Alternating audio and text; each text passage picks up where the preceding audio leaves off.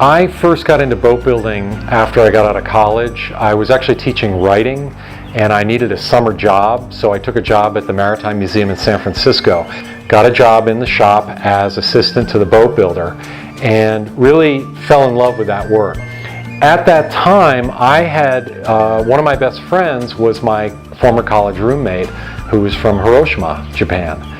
And he had been badgering me for years to come visit his native country. Ultimately, I started to travel the coastline and I met some boat builders, and I was really intrigued with these boats because they were so unlike everything from my tradition of boat building.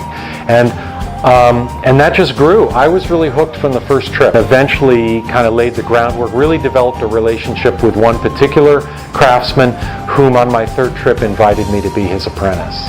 Working alongside him really showed me that that was the only effective way to document the craft. My work is about documenting Japanese boat building techniques, designs and techniques. But in Japan, crafts are really the amount of secrecy embedded in Japanese crafts is really extraordinary, that they left no record that could survive them.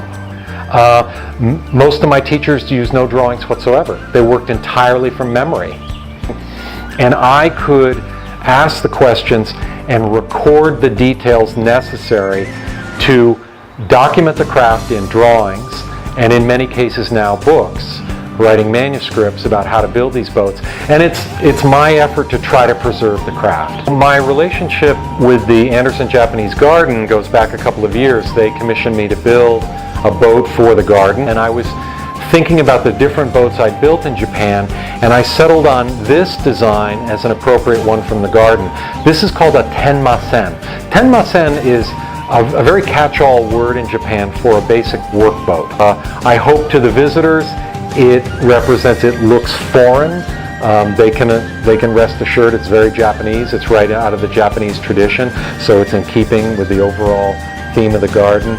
And let's hope they can enjoy it for years to come.